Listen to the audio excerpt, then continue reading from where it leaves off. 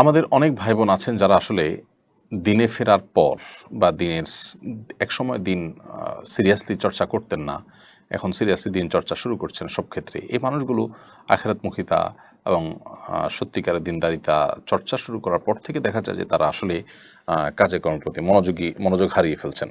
তো এই মনোযোগ হারিয়ে ফেলাটা অনেক সময় এই কারণে হয় যে এই জাগতিক কাজ এটা আর এত সিরিয়াসনেস সাথে কী করব এরকম একটা ভাবের কারণে। তো এরকম যাদের মধ্যে হয় আমি মনে করি তাদের এটা ত্রুটি, তাদের এই ধারণাটা ভুল যে জাগতিক কাজ এখানে সিরিয়াসনেসের দরকার কি, বা এখানে এত সিরিয়াসনেসের কী আছে, তার চাইতে আমি কখন এবাদ করতে পারবো, তার জন্য আমি ব্যাকুল হয়ে গেলাম, এমনটি করা উচিত নয়।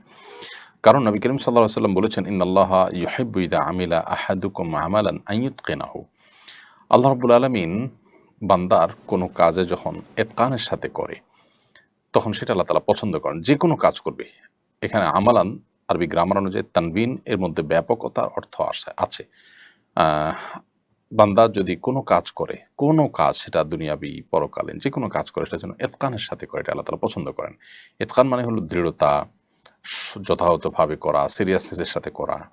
অতএব সেটি আমাদেরকে মাথায় রাখতে হবে। দ্বিতীয়ত হলো, অনেক সময় আমরা অন্যের প্রতিষ্ঠানে যখন, অন্যের মালিকানাধীন প্রতিষ্ঠানে যখন চাকরি করি তখন আমাদের সিরিয়াসনেস কম থাকা মানে আমাদের দিনদারিতারও কম থাকার দলিলিটি। কারণ অন্যের হক আমি নষ্ট করছি বা আমি হক আদায়ে কার্পণ্য করছি, গাফিলতি করছি, এটা করা উচিত নয়। এমনকি যদি অন্যের চাকরি নাও করেন, আপনি বাবার ব্যবসা দেখছেন বা পারিবারিক ব্যবসা দেখছেন, সেক্ষেত্রে আপনার সিরিয়াসনেস না থাকাটা এটা সমাজের জন্য একটা বড় ধরনের বাজে বার্তা বহন করবে। কারণ অনেক মানুষ আছে যারা দিন সম্পর্কে সঠিক ধারণা তাদের নেই। তারা মনে করবে যে দিনদারিতার পথে চলে গেলে মানুষ এভাবে ক্ষতিগ্রস্ত হয় এবং তার দ্বারা পরিবার ক্ষতিগ্রস্ত হয়, ব্যবসা বাণিজ্য ক্ষতিগ্রস্ত হয়। তখন আপনার এই আচরণটা দিন বিমুখতার পথে মানুষকে আহ্বান করলো।